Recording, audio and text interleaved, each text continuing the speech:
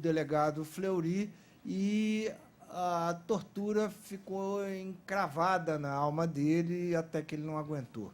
E aí acabou com a própria vida, mas não tinha jeito. Tem um filme lindo chamado Papa João 23.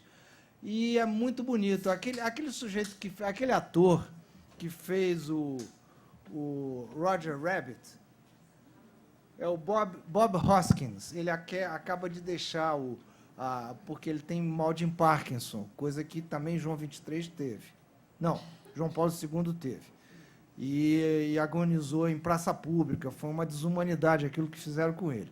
Mas, em todo caso, esse filme aí, estrelado pelo Bob Hoskins, mostra João 23 e algumas cenas em que ele contrabandeou crianças judias, ele falsificou documentos, certidão de batismo de crianças judias para poderem fugir da área de influência nazista, etc.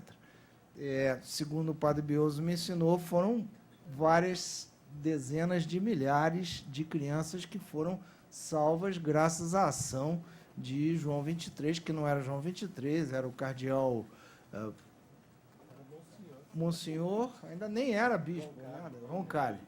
E aí, isso lá na Bulgária? Estava na Turquia. Então, ele fez essa ação. Foram 29 mil crianças, uma coisa assim. Ele era dezenas de vezes mais do que aquele filme lá do Schindler, da lista de Schindler. A lista do João 23 era imensamente mais numerosa. E tem uma peça, uma interpretação, O Grande Inquisidor.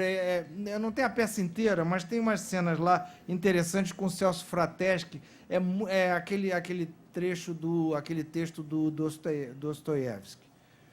Eu queria registrar 2 eventos. Um, que o Borba vai estar amanhã no pós-graduação em Economia, às 14h, na sala 500. E a missa, eu estou convidando vocês para ir a uma missa. Sexta-feira, às 18h, de 40 anos do martírio de Alexandre Vanucchi Leme, estudante de geologia do meu tempo.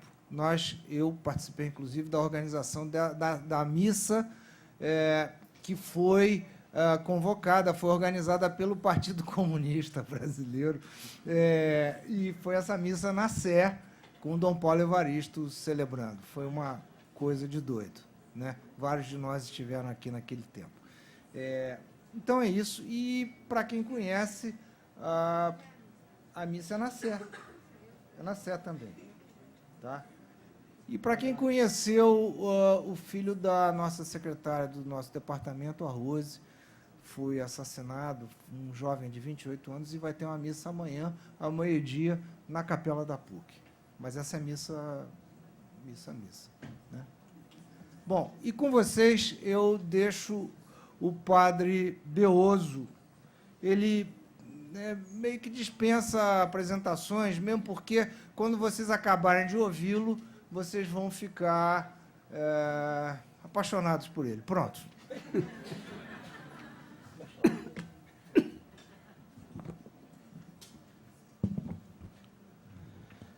Bom, eu vou fazer uma coisa muito simples, de tomar 5 pontos, bem breves, né? A renúncia do Papa. Então, começar por aí, né? O que isso significou. Segundo, com a renúncia, quais são os atores que saem de cena, quais são os novos atores que entram em cena. Terceiro, o que acontece na sede vacante, né? A partir de 28 de fevereiro, não tem Papa, né? Nas missas não se reza mais por ele, mas acontece muita outra coisa. O quarto ponto, o conclave, que começou hoje, né? E um quinto, brevemente, porque é em aberto, dizer, e o futuro, né? Então, são esses 5 pontos que eu pensei de conversar brevemente, né? Só uma coisa. Quem quiser, eu vou pedir alguém aqui, tem papel para vocês fazerem perguntas, se quiserem. Quem quiser levanta a mão, ele vai distribuindo aí para quem estiver interessado. Então, primeiro, renúncia. Claro que houve outras renúncias na história, mas já fazia muito tempo que não tinha, então se perdeu memória da renúncia. Então, ela caiu como, disse o cardeal Sodano na saudação, como um raio em céu azul, absolutamente inesperada, e a gente tem que se perguntar o que significou. Não assim só o evento, mas num arco de tempo maior, o que Bento XVI disse com a renúncia de modo bastante explícito nas palavras que ele usou. O Concílio Vaticano II colocou, de uma maneira, na época foi um debate muito vivo, se os bispos deviam renunciar ou não. A gente tinha casos extremos, não sei, aqui em São Paulo, no Rio de Janeiro, ele era paulista, mas depois foi cardeal no Rio, o cardeal Arcoverde foi o primeiro cardeal da América Latina, o primeiro a participar de um conclave. Ele perdeu o juízo. E você não tinha como lidar com uma situação dessa. Ele foi, realmente, a gente for dizer numa linguagem muito crua, ele ficou louco, né? E, então, ele ganhou um bispo coadjutor, o Dom Leme, que o acompanhou, foi muito cuidadoso com ele, caridoso, mas não se tinha no programa como é que você tira um bispo. O bispo de Natal, que ficou cego durante 40 anos à frente da diocese. Então, eram situações que você não tinha como lidar. O concílio decidiu que os bispos, aos 75 anos, devem renunciar, entregar a renúncia. E os párocos também. Não se falava dos cardeais de cúria. Então, Paulo VI, em 1970, fez um documento, Ingravescentem Aetatem, né, com a idade pesando, e ele disse que todos os cardeais de cúria, aos 75 anos, entregam seus cargos.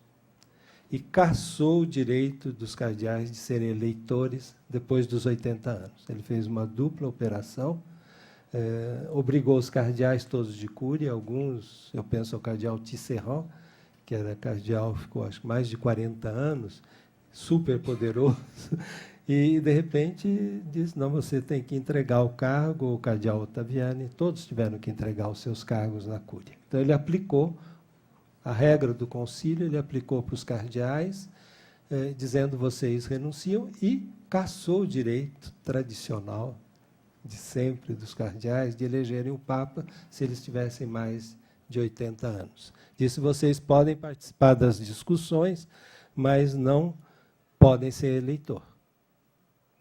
Por exemplo, agora a gente tem a figura do decano do colégio, o Sodano, que é um kingmaker, né? Foi secretário de Estado, um homem todo poderoso, comandou tudo até hoje cedo, a hora que começou o conclave, está de fora.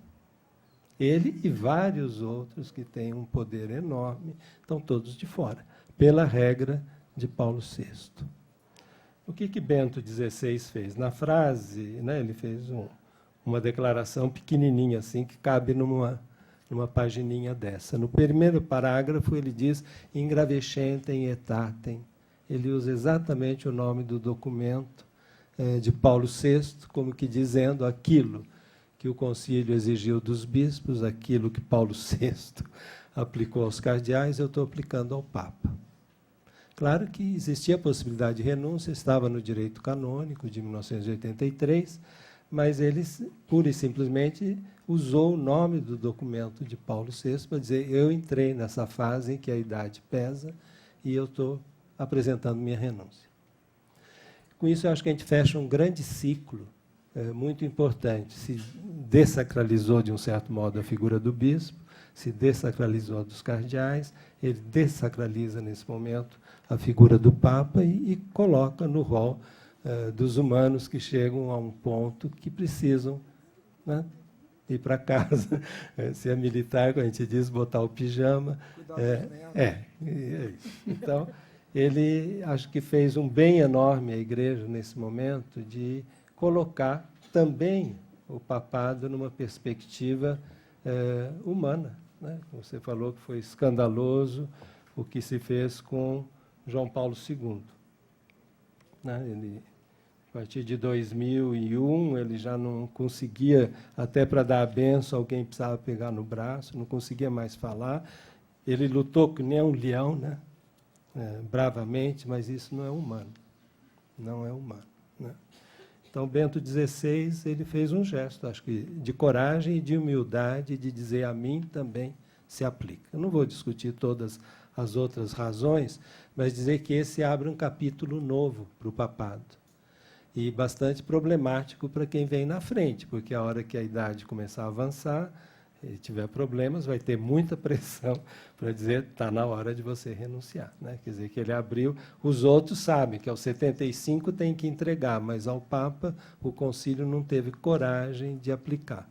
Paulo VI teve de aplicar aos cardeais, ele mesmo pensou em renunciar, às vésperas da viagem que ele tinha programado de ir a Filadélfia para os 200 anos da Constituição norte-americana, da independência norte-americana, e o cardeal Benelli, que era o secretário de Estado, dizendo não, o momento político nos Estados Unidos não aconselha, vai, mas ele disse, não, eu vou assim mesmo. Aí, finalmente, teve que dizer, o seu médico proibiu absolutamente de fazer uma viagem internacional. Na manhã seguinte, ele disse, se eu não posso mais cumprir minhas funções, eu vou entregar o cargo. Né? Ele morreu em 78, isso foi em 76. Teve um enorme debate também com João Paulo II, se devia ou não devia renunciar. Eu acho que Bento XVI fez um bem para a Igreja toda de dizer renuncio. Né? Então, esse é o primeiro, acho que o segundo significado é que com a renúncia também é como vou dizer, uma determinação de Paulo VI. Ele diz, um Papa morre ou renuncia, todos os cargos de cúria, os importantes, os prefeitos e secretários da congregação, todos eles estão demitidos automaticamente. Quer dizer, ele abre o campo para quem vier depois de não criar melindres, todos estão demitidos. Isso é novidade também, esse é do documento de 70 de Paulo VI. Quer dizer, todos os cargos cessam e você... Então, se havia briga pelo poder, todo mundo foi destituído. Né? Então, o cardeal Bertone, que é o secretário de Estado, não é mais secretário de Estado. Os dois outros cardeais, um que cuida das relações com os estados dentro da Secretaria de Estado e outro que faz a parte dos assuntos internos e organiza toda a cúria, também caíram. Quer dizer, quem estava, no momento, na Secretaria de Estado é um sotossecretário, quer dizer, um oficial menor, mas não tem mais, limpou, né, toda. Claro que um novo Papa não vai, da noite para o dia, dizer assim, eu começo do zero em todas as congregações romanas, provavelmente vai pedir que continue, mas todo mundo sabe que está demissionário. Então, isso eu chamei assim, quem é que entra em cena e quem sai de cena. Então, quem sai de cena, principalmente, saiu o Papa de cena, por livre vontade, saiu toda a cúria, não por livre vontade, mas porque está determinado assim. O que entrou em cena? Com esse gesto, eu penso, a imprensa preencheu o vazio. Se abriu um grande debate no mundo inteiro. Tá? A gente não teria essa sala cheia aqui para conversar de igreja se não tivesse havido essa renúncia. Quer dizer, de repente, um assunto que era uma coisinha interna da igreja e muita dificuldade nos últimos anos de se poder debater realmente o que está acontecendo, Claro que tem grupos levantando problemas e tudo, mas isso nunca conseguia ultrapassar o limiar da conversa interna de pequenos grupos, chegar na imprensa, nem pensar na televisão, nunca. Eu acho que a renúncia destapou a panela e todo mundo passou a conversar e se devolveu um grande debate sobre as questões da igreja, internamente, externamente, significado espiritual, significado eclesial, mas também significado político, significados maiores, quer dizer, todas as questões de igreja foram para a rua de novo, foram para a imprensa, foram para a televisão, e isso é um momento muito rico. Faltou, nos últimos tempos, um bom debate interno na igreja, mas também um bom debate com a opinião pública. Então, a igreja está tendo que responder à opinião pública, desde a gestão financeira, aos problemas de pedofilia, a problemas da centralização da igreja, tudo foi posto na mesa agora e está sendo discutido. Eu acho isso extremamente positivo, porque areja, se discute. Claro que tem gente que não gosta disso, né? Não gostou, procura tapar. Teve cardeais que tiveram que renunciar, né? O cardeal de Edimburgo. Houve abaixo-assinado, por exemplo, o cardeal de Los Angeles não vir ao conclave, o cardeal inglês, ou escocês, né, se a gente quiser ser preciso, ele não só não veio ao conclave, mas deu a demissão na sua arquidiocese, porque o debate que era restrito, interno, virou um debate mundial. Desde o Twitter, as redes sociais, abaixo-assinado, não venha, ele simplesmente renunciou. Acho isso muito sadio, quer dizer, que essas questões tenham vindo a público. Então, eu diria, entrou em cena todo mundo. Né? Todo mundo passou a conversar do assunto, discutir, foi para a imprensa, artigos de valor, outros, né? Mas todo mundo falou. Eu acho que isso é importante, que se tenha reaberto um grande debate. Em segundo lugar, a periferia retomou a voz. O centro romano praticamente se tornou a única voz da igreja. Mas essa voz é uma grande sinfonia. A igreja não fala a mesma coisa na Índia, na China, no México, aqui nos Estados Unidos, mas tudo isso estava muito abafado. E esse momento abriu, todos estão falando, todos estão discutindo. De maneira institucional, quem entra em cena para absolutamente tudo nesse momento é o Colégio Cardinalício. Não se pode tomar nenhuma decisão, nenhuma autoridade na igreja, todas perderam. Se alguma decisão teria que ser tomada, é do Colégio Cardinalício. E o Bento XVI respeitou isso. Né? Ele fez um motu próprio, na véspera de renunciar, dizendo, se o colégio quiser decidir não cumprir as normas estabelecidas em 96 por João Paulo II sobre a sede vacante e o conclave, você tem as normas de 75 de Paulo VI, depois as de 96. Em 2007, Bento XVI havia modificado um pequeno ponto de João Paulo II, que dizia, se houvesse impasse depois do 31º escrutínio, que aí se podia eleger por maioria simples, metade mais um. E o Bento XVI alterou, dizendo, voltamos à regra dos 2/3, com uma variante, aí só se vota nos 2 mais que tiverem à frente, e nenhum dos 2 podem votar, para eliminar aquele problema que, se alguém votasse em si mesmo, a eleição é nula. Mas você perdeu a verificação, porque antes as cédulas eram marcadas. Né? Então, Paulo VI tirou a marcação das cédulas, mas ficou a regra que, se alguém vota em si mesmo, a eleição é nula. Então, Bento XVI resolveu essa indecisão jurídica, dizendo que os 2 mais votados não participam mais, eles só podem receber voto, mas não podem votar. Né?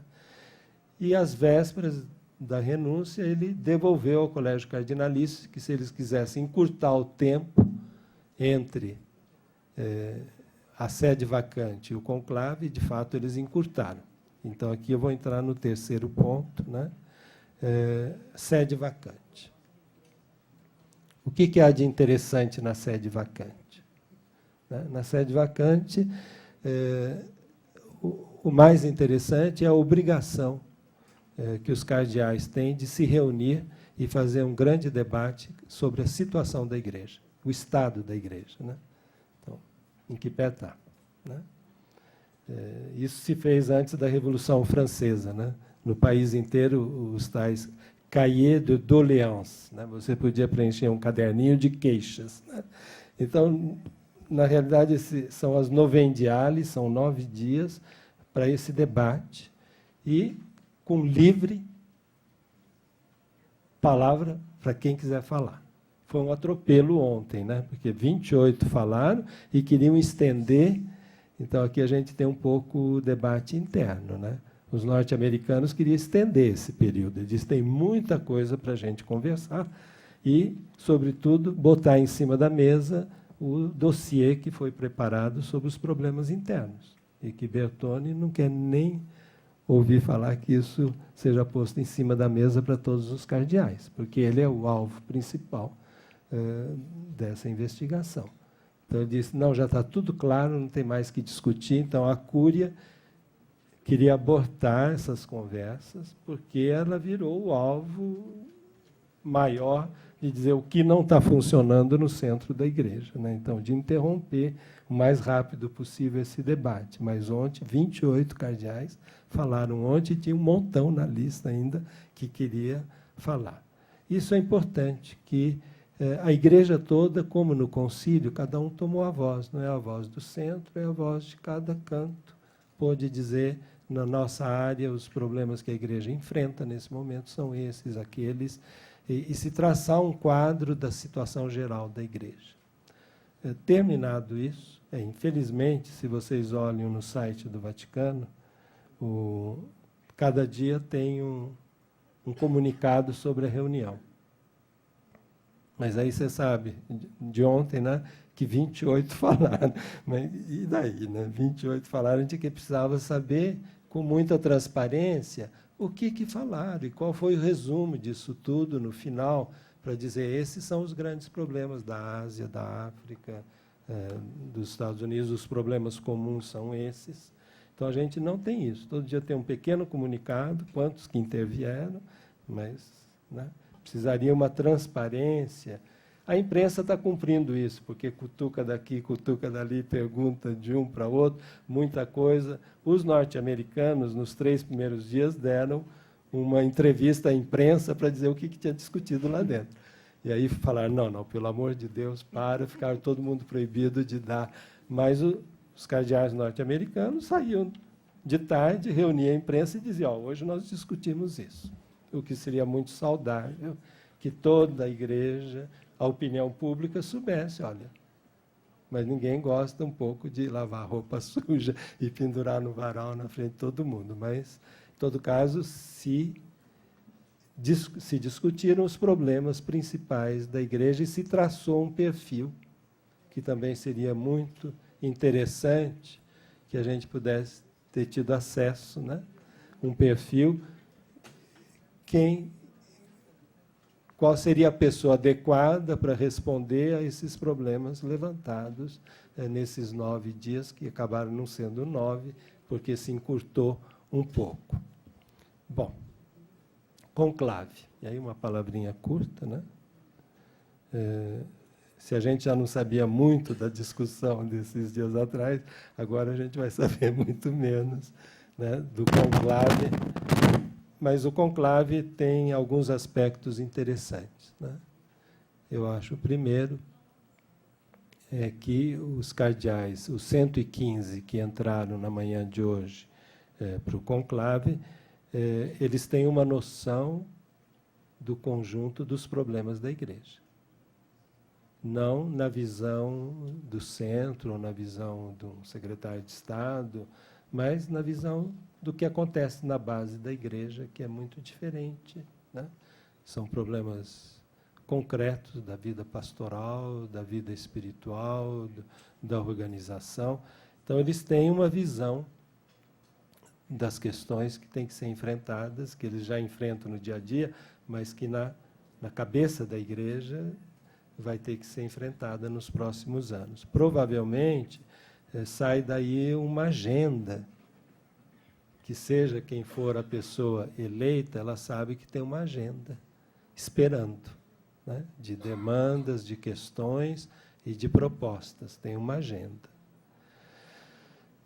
Hoje deve ter destapado, porque ninguém fala muito bem, mas hoje tiveram que votar. Então, hoje, provavelmente, 4, 5 nomes aparecem como aqueles que ganharam um número de sufrágios interessantes, né?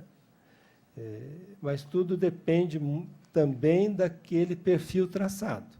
Se o perfil foi de dizer não queremos um Papa com tanta idade que nos cause uma nova renúncia, né? Há 78 anos, Bento XVI foi eleito, provavelmente vão puxar a idade, mas sem exagerar para não ter um João Paulo II 26 anos. Então, tem pessoas interessantes, né? O Barba falou, desapareceram o time dos progressistas. Não é verdade, né? O Tagle, das Filipinas, é uma pessoa que vem de uma prática, de uma formação. Eu posso dizer porque trabalhei 12 anos junto com ele no grupo que estava escrevendo a história do Concílio Vaticano II. Então, é uma pessoa que trabalhou com os melhores historiadores na Europa, na Ásia, na África, e ele era o responsável pela equipe que preparou a história do Vaticano II a partir da Ásia, né? É uma pessoa muito interessante, corajosa, aberta. Infelizmente, é muito novo. Tem 55 anos, quer dizer, ninguém vai fazer a aventura nesse momento de repetir um João Paulo II. Mas, com isso, a gente tem alguma coisa. Se a idade for aí entre 65 e 70, você elimina uns 80 cardeais que estão lá dentro. Se disser, não queremos alguém de cúria, da cúria romana, que está muito chamuscado, você elimina outros 31. Então, aquele perfil traçado antes vai pesar.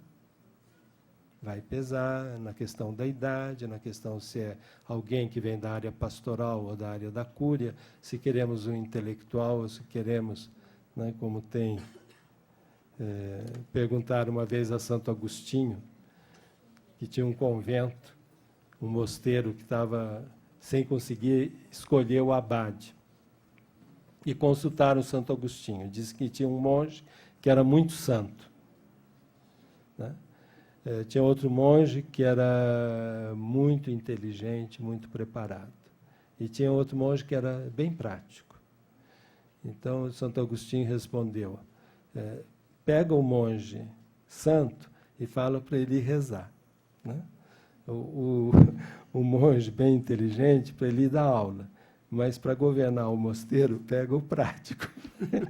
Nem o intelectual, nem o santo, mas uma pessoa prática que dê conta da gestão. Esse é um problema nesse momento. Houve um problema de gestão, né?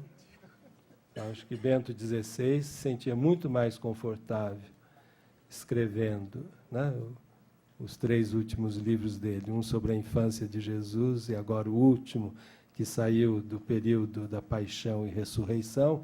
Ele se sentia muito mais útil, né, transmitindo para a igreja toda a sua visão do Cristo, o debate atual, né, sobre a historicidade ou não dos relatos do Evangelho, do que tendo que lidar com os problemas internos da cúria. Então, tem um problema de gestão nesse momento, tem um problema de sub-representação de onde a igreja efetivamente está vivendo, trabalhando e andando, América Latina, África, Ásia. No Colégio dos Cardeais é uma coisinha, né? mas são 2/3 dos católicos, e essa agenda desses 2/3 não foi a agenda do pontificado de Bento XVI. A agenda de Bento XVI foi a Europa, recristianizar a Europa, enfrentar a secularização na Europa, mas não foi a agenda desesperadora da África com a fome e a AIDS, não foi a agenda da América Latina, não foi a agenda da Ásia, e houve uma repressão à teologia da Ásia, repressão à teologia da América Latina. Foi um pontificado centrado na Europa. A Igreja não está mais na Europa, 2/3 está fora da Europa. Então, como trazer para dentro agora a agenda, se a gente podia dizer numa linguagem antiga, a agenda do terceiro mundo, para estar no centro das preocupações da Igreja.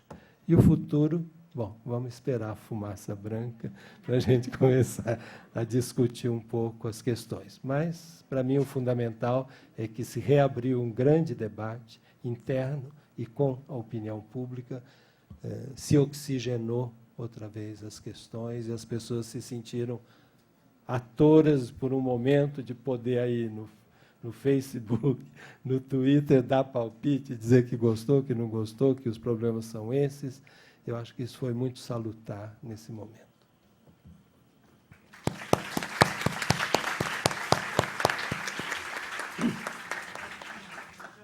Ô, Deus.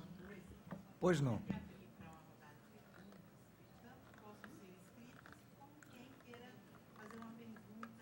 Tá.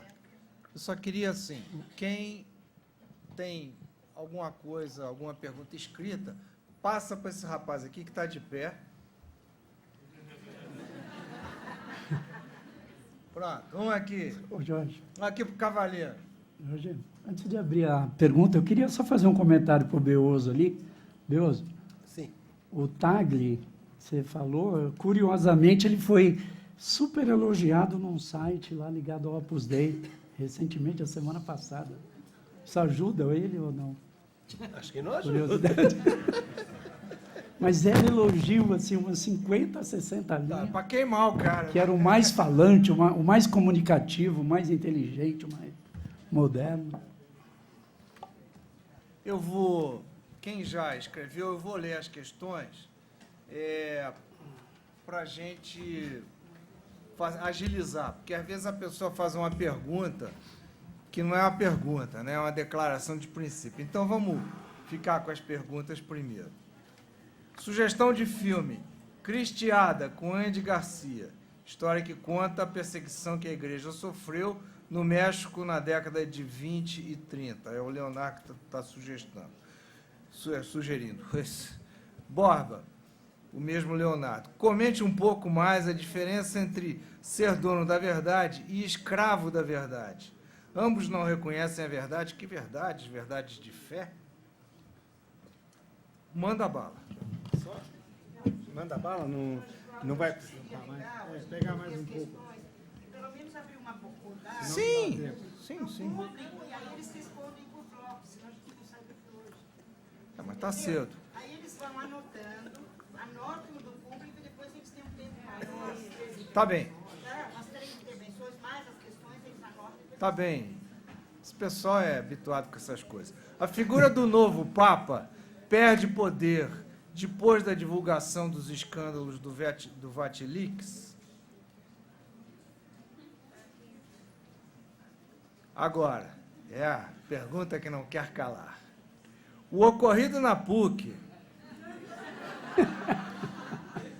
nomeação de Ana Sintra, unido ao interesse de empresarializar o ensino da Fundação São Paulo, influencia de forma positiva ou negativa a candidatura de Dom Odilo para Papa? 3 questões aqui no microfone. Ah, então vem. Eu sabia, peraí. Por favor, né? O público pode falar, não é? Público, aqui, se fosse no conclave, era uma coisa de Nós doida. não estamos no conclave. Pois é, isso mesmo. Ainda! É. Devia ter mulher no conclave. Fala aqui, Bia. Deu. E Não, então, eu queria, na fala dos três, claro que tem elementos importantíssimos para a gente estar debatendo, mas eu queria que vocês aprofundassem um pouco mais, né, do ponto de vista da história, do ponto de vista da história dos homens e mulheres que fazem história. E o papel da igreja na história, porque a gente sabe que essa correlação de forças, embora o Borba tenha colocado, de uma forma geral e panorâmica, os vários conceitos e as várias forças, digamos assim, essas forças não estão desvinculadas do movimento da realidade, né?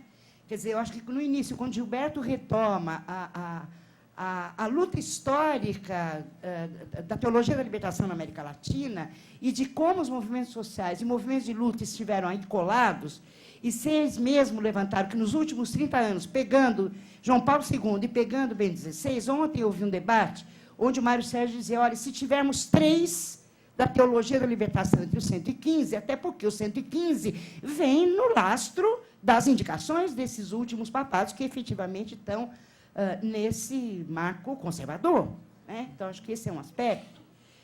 Segundo lugar, quer dizer, quando o Beoso está trazendo as várias diferenciações nessas 5 questões que você traz, também, e aí fazendo uma relação com as chamadas universidades católicas. Por quê? Sem uma discussão internista, umbilical, mas também estamos numa universidade católica, o que tem ocorrido nos últimos anos, do ponto de vista da intervenção da igreja, onde, na realidade, a gente deixa de ter autonomia, porque uma coisa é a universidade católica, outra coisa é a imposição de uma religião da qual nós lutamos sempre, do ponto de vista teológico, que ele é muito mais amplo.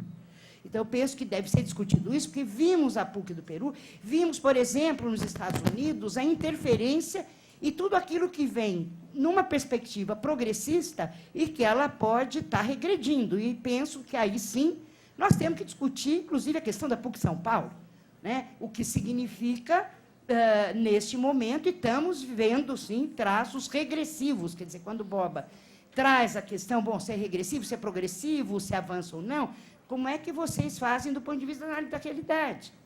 E quando o Beoso também traz a questão das agendas, não basta falar terceiro mundo, porque se tiver um cardeal, terceiro mundo, reacionário, que vai reiterar, é verdade ou não é verdade o que eu estou falando? Claro. Vai reiterar aquilo que historicamente veio lá de trás, veio do obscurantismo, tá certo? Veio lá do nome da Rosa, o que significou o período das trevas, quer dizer, e o que significa hoje. E, por último, quer dizer, são questões mesmo para a gente debater, porque nós estamos vivendo o quê? E aí vou concluir, quando o Borba está dizendo, olha, a questão da pós-modernidade. O que é a pós-modernidade? Uma negação da própria quadra da modernidade, no sentido do fim da história. Ou seja, aquilo que era progressivo do ponto de vista histórico, revolucionário, de superação e de enfrentar as questões candentes das grandes massas trabalhadoras do mundo, hoje nós estamos vivendo um processo de barbárie. Então, nesse sentido, e aí eu vejo como positivo, um processo de degeneração e de podridão no interior da igreja, quando eles estão lá lutando para saber o relatório mesmo, o que é essa corrupção, o que é essa estrutura de poder, o que é esse Estado dentro do Estado riquíssimo, em nome da aura e da moral, e que não está vinculado às questões da realidade. E, portanto, deixar de discutir, por exemplo, a questão da livre orientação sexual, a questão do papel da mulher, a questão do aborto, do direito das mulheres em relação ao seu próprio corpo, que estão sendo mortas na periferia, na vida cotidiana, né? A questão da pedofilia, né? Vamos pegar aquele filme, então, vamos pegar a Má Educação, lá do Almodóvar, né? Lembrei de mais um filme aqui, como é que, historicamente, isso está, e como é que ele vem envolto numa mistificação em nome da moral abstrata, idealista, e não daquela que efetivamente poderia alavancar para aquilo que foi a comunidade eclesial de base, o JAGEC, a JIC, a JOC, a JUC, enfim, os movimentos de periferia colados naquilo que é a condição concreta e objetiva para a humanidade e para um projeto emancipatório. Então, que vocês falassem um pouco sobre isso. Obrigada.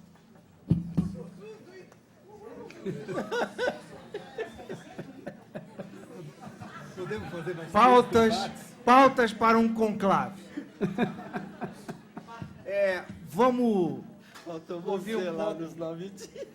A Bia é minha candidata a sacerdote. Bom. Por enquanto, para começar, você quer falar também? Bem curtinha, de Priscila.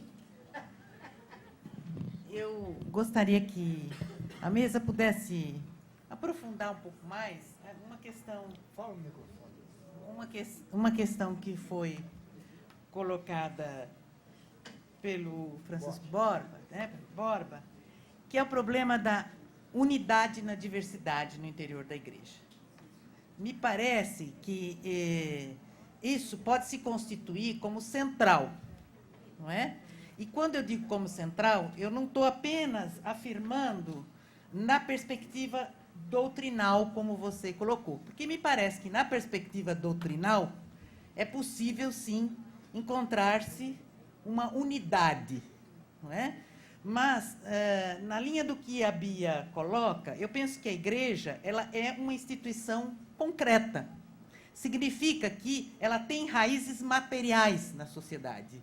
E, portanto, ela tem raízes e interesses concretos, materiais, empresariais, propriamente dito. Ela, como diz a Bia, a igreja foi o segundo maior poder no final da Idade Média, não apenas do ponto de vista político, enquanto deu unidade a toda a Europa, mas também do ponto de vista material, quando tinha o maior domínio territorial no final da Idade Média. Não é? E ela não perdeu todo o seu poder material. E ela tem raízes em investimentos hoje. Investimentos em amplos setores, inclusive em indústria bélica. Não é? A gente sabe que ela tem investimentos. A questão do banco, agora, recentemente, do Banco da Igreja, expressa um pouco, acho que, essa questão de como é que, inclusive, o conflito com o Estado italiano, não é? E a questão da comunidade, do mercado comum europeu, não é? O papel do Estado Vaticano em relação a isso. Então, eu gostaria de que refletisse um pouco nessas duas dimensões, né? Particularmente nessa segunda, que eu acho que também isso aparece nessa divisão, nesses segmentos, como você apresentou. Obrigada. Sou eu. Quer um pouquinho? Fala. Luz. Boa noite. Fala no microfone. Ontem saiu um texto na Folha de São Paulo do irmão do Leonardo Boff,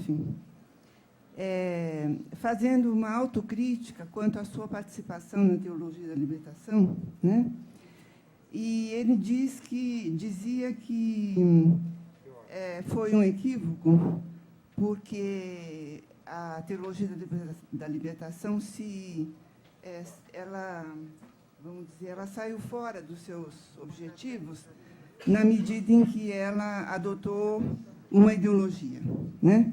Então, isso me faz pensar o seguinte, essa fala ela é perigosa, e a gente ouve essa fala toda hora, porque parece que a igreja não tem uma ideologia, né? Na hora que se afirma que aquela corrente da igreja adotou uma ideologia, e nesse momento ela saiu, ela perdeu a sua natureza de fé católica, etc., e parece, então, né, que está se afirmando que a igreja, ou a fé católica, ou a concepção católica, não tem uma ideologia. Então, a primeira pergunta que eu queria fazer é isso. A igreja tem uma ideologia? No que ela se baseia? A outra questão é a seguinte, essa fala dele também revela uma coisa que o colega estava dizendo na fala dele, dessa guinada conservadora que a igreja vem tomando, principalmente na América Latina, e que se expressa, né? E aí eu quero trazer a discussão para a nossa realidade aqui, se expressa na fala, né, do cardeal nosso de São Paulo, quando ele, Dom Odilo, quando ele diz que ele quer para a PUC São Paulo que ela se torne uma universidade católica, né? Eu gostaria que vocês comentassem o que vocês entendem ser uma universidade católica, né? porque o projeto dele nós sabemos o que é, né? Mas eu gostaria de ouvir vocês.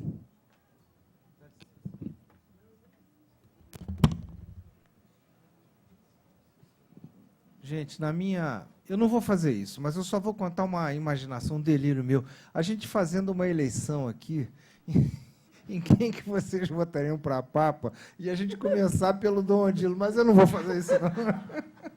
Bom, meus amigos, minhas amigas, meus amigos da mesa, eu agradeço a vocês, porque, de fato, olha, eu tentei várias mulheres para virem aqui à mesa, inclusive porque a metade da humanidade está completamente subrepresentada no Vaticano, neca representada no Vaticano.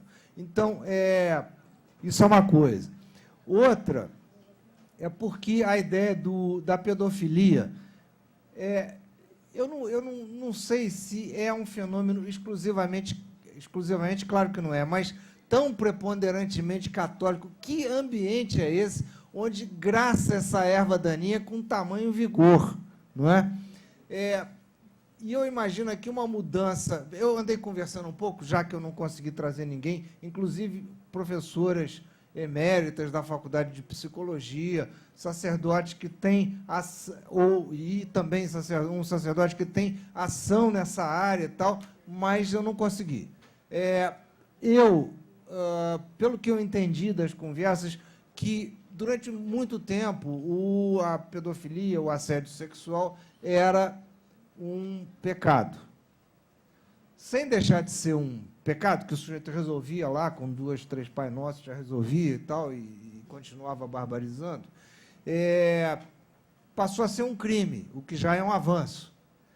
Mas também criminalizar ou empurrar com tolerância zero, como propôs Bento XVI, eu acho pouco. Quer dizer, é necessário ter uma discussão para se compreender isso. E tem um componente de doença, sem tirar as características, além de ser um crime e um pecado, ela é uma doença, para ser impedido, obviamente, mas há possibilidade de uma compreensão de outra característica. Senão, prender só não vai acabar não resolvendo, sei lá. É necessário. É necessário. Tolerância zero. Mas uma compreensão, não é compreensão, coitadinho, não, é compreensão do fenômeno. Entendeu? Bom, então aqui jogamos o pot-pourri, então vocês pegam o que vocês quiserem. Gilberto, você que falou há mais tempo atrás. O que te chamou a atenção dessas questões todas levantadas? Eu acho que, como ela fez várias questões para o Borba, se o Borba Você quiser está falar primeiro, passando tudo a bem. bola? Não, Então tá bem, tudo vamos lá. Bora. Elas duas colocaram várias questões para o Borba. Como eu gosto de você, Gilberto. Não, tudo bem. Tá bom. Eu acho que era... depois eu falo. 5 minutos, no máximo. Tá bom. Vamos ver. Graças a Deus ele cortou meu tempo, então eu não preciso responder tudo, certo? Claro, Posso escolher o que eu quero. Claro. Não, mas assim, não haveria muito realmente condições de dar respostas adequadas para todas as perguntas que vocês fizeram. Algumas vezes não foram, provavelmente, inclusive, perguntas. O termo pergunta não seria adequado, mas eu queria colocar algumas coisas que eu acho importantes para aquilo que nós estamos conversando aqui. Primeira questão. Existe ou não existe a verdade? Esse eu acho que é um problema que a gente pode começar por esse problema bastante cabeludo quando você pensa em diálogo da igreja com a pós-modernidade. Eu pediria para vocês uma pergunta. Eu vou fazer uma pergunta para vocês. Peço sinceridade de vocês. Se algum de vocês aqui não quer ser feliz, por favor, levante a mão. Algum de vocês não quer ser feliz, por favor, levante a mão. Vocês podem discutir, podemos depois discutir o conceito de felicidade, etc. Eu concordo. Mas eu só quero saber se algum de vocês não em torno dessa ideia, para você depende. Não, eu perguntei felicidade para você, não perguntei felicidade para mim.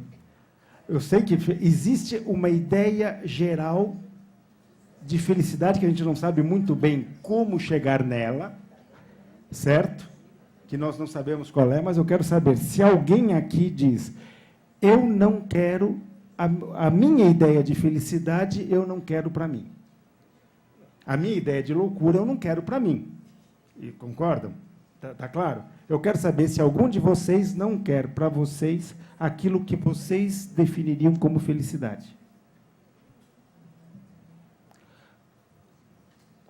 Temos aqui pelo menos, temos uma verdade. Eu confesso para vocês que eu não encontrei ainda ninguém que dissesse para mim: eu não quero ser feliz dentro do meu conceito de felicidade.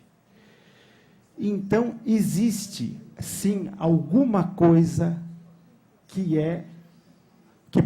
nós podemos considerar como verdade. Agora, existe um problema, eu concordo com o que você disse. O que é? Não, peraí, desculpe. No meu exemplo, não é a minha verdade que é diferente da sua. A minha felicidade, a minha ideia de felicidade é diferente da sua. Pois bem, se eu quero a minha felicidade, se você quer a sua felicidade, se cada um de nós quer a própria felicidade, o mais humano, o mais honesto, o mais grandioso da condição humana é que nós nos coloquemos juntos para descobrir qual é a felicidade que pode nos realizar a cada um. O que não quer dizer que essa felicidade é exatamente igual para mim e para você. Porém, o que eu estou dizendo é que o mais humano que nós podemos viver é nos lançarmos juntos na tentativa de descobrir o que é a nossa felicidade. Mesmo correndo o risco de que